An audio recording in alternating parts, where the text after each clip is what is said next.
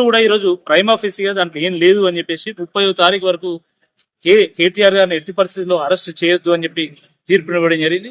ఇది ప్రభుత్వానికి ఒక చెంపపెట్టు లాంటిది.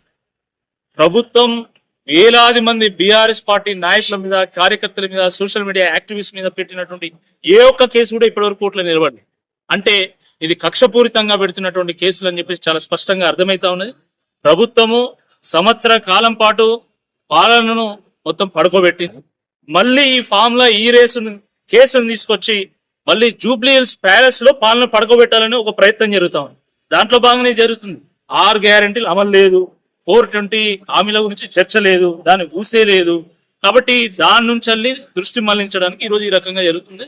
HMTVలో మొన్న కటారి శ్రీనివాసరావు గారు వారు స్పష్టంగా సర్వే రిజల్ట్స్ చూపెట్టారు. 66% ప్రజలు ఈరోజు కాంగ్రెస్ ప్రభుత్వం మీద అసంతృప్తితో ఉన్నారు. ఇంత సంవత్సర కాలంలో ఇంత బదనామైనటువంటి ప్రభుత్వం దేశ చరిత్రలో ఎప్పుడు లేదు.